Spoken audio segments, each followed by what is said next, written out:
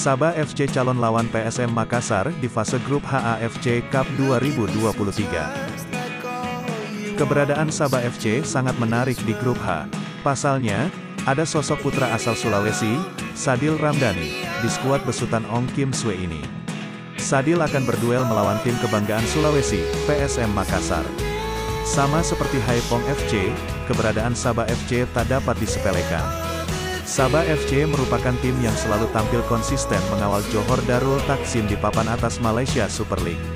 Musim lalu, Sabah FC berhak lolos ke Piala AFC setelah menempati urutan 3, di bawah Johor Darul Takzim dan Terengganu FC.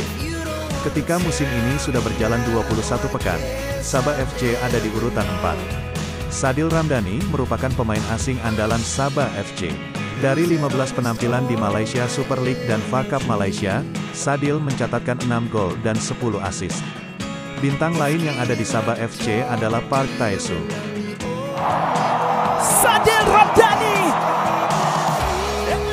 Sabah FC juga punya banyak pemain yang sering dipanggil timnas Malaysia, seperti Daniel Ting, Dominic Tan, Stuart Wilkin, dan Darren Lock. Ada pula kiper legendaris timnas Malaysia, Khairul Fahmi Cemat, yang pernah membuat publik Indonesia menangis pada Piala AFF 2010 lalu.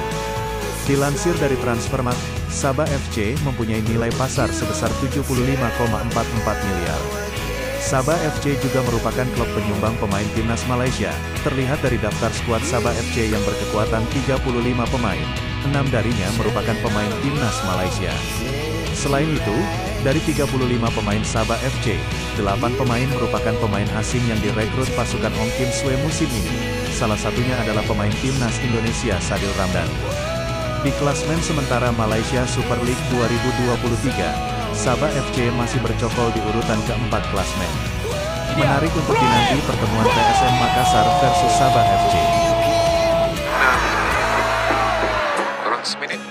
Terima kasih untuk pecinta bola, jangan lupa subscribe channel ini. Mohon masukan dan bantuannya agar channel ini tetap berkembang. Salam olahraga.